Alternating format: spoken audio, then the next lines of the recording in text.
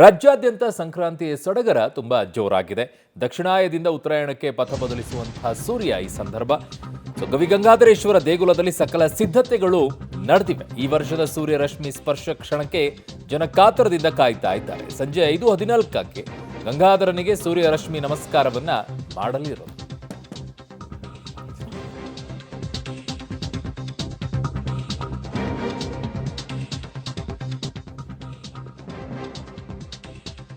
ಸಂಜೆ 6 ಗಂಟೆಯ ನಂತರ ಭಕ್ತರಿಗೆ ದೇವರ ದರ್ಶನಕ್ಕೆ ಅವಕಾಶವನ್ನ ಮಾಡಿಕೊಡ್ತಾರೆ.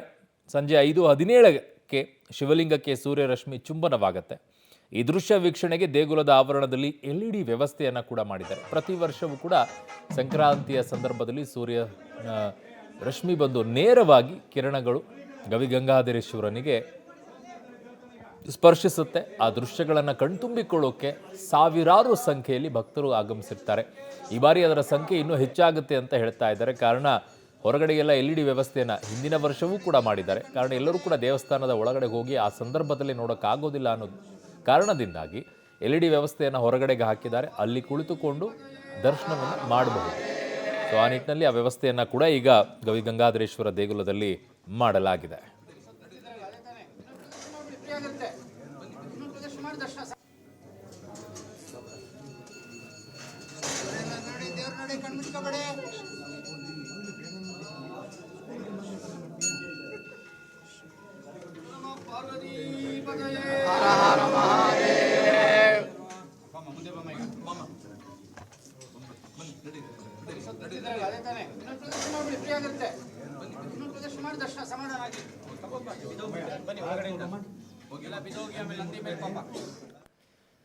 ಸೊ ಸಂಕ್ರಾಂತಿ ಸಡಗರ ಇಡೀ ರಾಜ್ಯಾದ್ಯಂತ ಮನೆ ಮಾಡಿದೆ. ಈಗ ಪ್ರತಿ ಮನೆಯಲ್ಲೂ ಕೂಡ ಎಳ್ಳು ಬೆಲ್ಲವನ್ನು ಕೊಟ್ಟು ಸಂಕ್ರಾಂತಿ ಸಡಗರ ತುಂಬ ಜೋರಾಗಿದೆ. ಅದರ ಮಧ್ಯದಲ್ಲಿ ಈಗ ದೇವಸ್ಥಾನಗಳಲ್ಲೂ ಕೂಡ ಸಂಭ್ರಮ ಜೋರಾಗಿದೆ. ಭಕ್ತರು ದೇವರ ದರ್ಶನವನ್ನು ಪಡ್ಕೊಳ್ಳೋಕೆ ಹೋಗ್ತಾ ಇದ್ದಾರೆ. ಅದೇ ರೀತಿ ಬೆಂಗಳೂರಿನಲ್ಲಿ ಗವಿಗಂಗಾಧರೇಶ್ವರ ದೇಗುಲದಲ್ಲಿ ಸೂರ್ಯ ರಶ್ಮಿ ಸ್ಪರ್ಶ ಕ್ಷಣಕ್ಕೆ ಜನ ಕಾತುರದಿಂದ ಕಾಯ್ತಾ ಇದ್ದಾರೆ. ಇವತ್ತು ಮಕರ ಸಂಕ್ರಾಂತಿ ಬೆಂಗಳೂರಿನ ಗವಿಗಂಗಾಧರೇಶ್ವರ ದೇವಾಲಯದಲ್ಲಿ ಒಂದು ಕೌತುಕ ನಡೆಯುತ್ತೆ. ಆ ಕೌತುಕಕ್ಕೆ ಇನ್ನೇನು ಕ್ಷಣಗಣನೆ ಶುರುವಾಗಿರುವಂಥದ್ದು. ಇದೆಲ್ಲದಕ್ಕೂ ಸಂಬಂಧಪಟ್ಟಂತೆ ಮಾತನಾಡೋದಕ್ಕೆ ನಮ್ಮ ಜೊತೆಗೆ ಹಿರಿಯರು ಅರ್ಚಕರಾದಂಥ ಸೋಮಸುಂದರ ದೀಕ್ಷಿತರಿದ್ದಾರೆ. ಅವ್ರನ್ನ ಮಾತನಾಡಿಸ್ತಾ ಹೋಗ್ತೀನಿ. ಸ್ವಾಮಿಗಳೇ, ಪ್ರತಿ ವರ್ಷವೂ ಕೂಡ ಒಂದು ಕೌತುಕಕ್ಕಾಗಿ ಜನ ಕಾಯ್ತಿರ್ತಾರೆ, ಭಕ್ತಾದಿಗಳು ಕಾಯ್ತಿರ್ತಾರೆ, ನೀವು ಕೂಡ ಕಾಯ್ತಿರ್ತೀರಿ. ಇವತ್ತು ಎಷ್ಟು ಗಂಟೆಗೆ ಆಗ್ಬೋದು, ಏನೆಲ್ಲ ಸಿದ್ಧತೆಗಳನ್ನು ಮಾಡ್ಕೊಂಡು? ನಮಗೆ ಧನುರ್ಮಾಸದ ಕಡೆಯ ದಿನವಾದ ವಿಶೇಷವಾದ ಪೂಜೆ.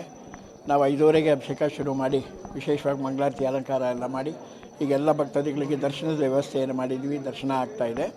1 ಗಂಟೆವರೆಗೂ ಎಲ್ಲರಿಗೂ ದರ್ಶನದ ಭಾಗ್ಯವನ್ನು ಕೊಡ್ತೀವಿ.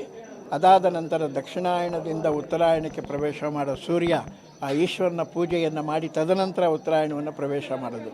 ಸೂರ್ಯ ಬಂದು ಯಾಕೆ ಇಲ್ಲಿ ಪೂಜೆ ಮಾಡ್ತಾನೆ ಅಂದರೆ, ಚಂದ್ರ ಸೂರ್ಯ ಅಗ್ನಿ ನೇತ್ರಾಗಿ ನಮಃ. ಚಂದ್ರ ಸೂರ್ಯ ಅಗ್ನಿ 3 ಈಶ್ವರನ ಕಣ್ಣುಗಳಾಗಿರುತ್ತೆ.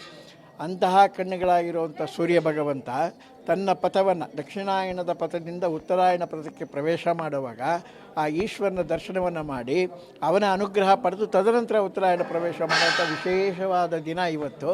ಅಂಥ ದಿನದಲ್ಲಿ ನಾವು ಸಾಯಂಕಾಲ ಆ ಸ್ವಾಮಿಗೆ ವಿಶೇಷವಾಗಿ ಪೂಜೆಗಳನ್ನೆಲ್ಲ ಮಾಡಿ ಕ್ಷೀರಾಭಿಷೇಕ ಮಾಡಿ ಕ್ಷೀರೋದ್ಧಾರಣವ ಸಂಭವ.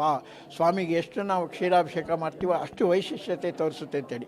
ಕಪ್ಪು ಲಿಂಗದ ಮೇಲೆ ನಾವು ಬಿಳಿಯ ಹಾಲನ್ನು ಹಾಕ್ತಾ ಇದ್ದರೆ ಆ ಸ್ವಾಮಿ ಎಷ್ಟು ಬೆಳ್ಳಗೆ ನಮಗೆ ಕಾಣಿಸ್ತಾನೋ, ಎಲ್ಲ ಭಕ್ತರ ಹೃದಯನೂ ಆ ಥರ ನಿಷ್ಕಲ್ಮಶವಾಗಿರಲಿ ಅನ್ನೋ ಉದ್ದೇಶನೇ ನಾವು ಸ್ವಾಮಿಗೆ ಕ್ಷೀರಾಭಿಷೇಕ ಮಾಡೋದು. ಅಂಥ ವಿಶೇಷವಾದ ಅಭಿಷೇಕವನ್ನು ಇವತ್ತು ಮಾಡಿ ತದನಂತರ 6 ಗಂಟೆ ಮೇಲೆ ಎಲ್ಲರಿಗೂ ಮೂಲಮೂರ್ತಿಯ ದರ್ಶನವನ್ನು ಕೊಡ್ತೀವಿ. ಆ ಸೂರ್ಯ ಪೂಜೆಯ ಏನು ವೈಶಿಷ್ಟ್ಯತೆ ಇದೆ ಅದನ್ನು ಮಾಧ್ಯಮದ ಮುಖಾಂತರ ಹಾಗೂ ದೇವಸ್ಥಾನದ ಮುಂಭಾಗದ LED ಮುಖಾಂತರ ಎಲ್ಲರಿಗೂ ದರ್ಶನದ ಭಾಗ್ಯವನ್ನು ಕೊಡ್ತೀವಿ.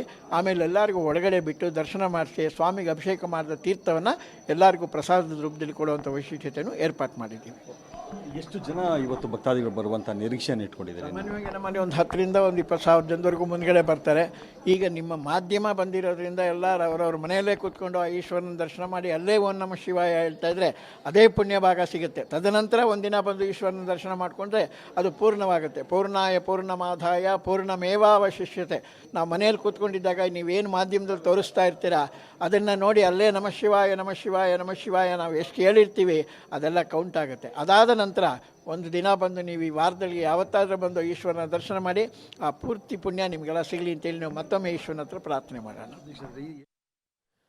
ಸೊ ತುಂಬ ಕಾತುರದಿಂದ ಕಾಯ್ತಾ ಕುಳಿತುಕೊಳ್ಳುವಂಥದ್ದು ಬೆಂಗಳೂರಿಗರಿಗೆ ಒಂದು ಭಾಗ್ಯ ಸಂದರ್ಭ ಸಿಗೋದು. ಗಾವಿ ಗಂಗಾಧರೇಶ್ವರ ದೇಗುಲದಲ್ಲಿ ಸೂರ್ಯ ರಶ್ಮಿ ಗಂಗಾಧರನಿಗೆ ಸ್ಪರ್ಶವನ್ನು ಮಾಡುವಂಥ ಸಂದರ್ಭ ಇದೆಯಲ್ಲ, ಅದು ಬಹಳ ಅದ್ಭುತವಾಗಿರುತ್ತೆ. ಸೊ ನೀವು ಇಲ್ಲಿಂದಲೇ ಕೂಡ ನೋಡಬಹುದು. ಬಟ್ ಈಗ ಸಮಸ್ಯೆ ಏನಾಗಿದೆ ಅಂತಂದರೆ ಮೋಡ ಕವಿದ ವಾತಾವರಣ ಇರೋದರಿಂದ ಸೂರ್ಯನ ರಶ್ಮಿ ಬಂದು ಕಿರಣಗಳು ಬಂದು ಗವಿ ಗಂಗಾಧರೇಶ್ವರನಿಗೆ ಸ್ಪರ್ಶ ಮಾಡುತ್ತಾ ಅಥವಾ ಇಲ್ವಾ ಏನು ಅನ್ನೋದನ್ನು ಕಾದು ನೋಡಬೇಕು. ಅದೊಂಥರ ವಿಸ್ಮಯ ಆ ಸಂದರ್ಭ.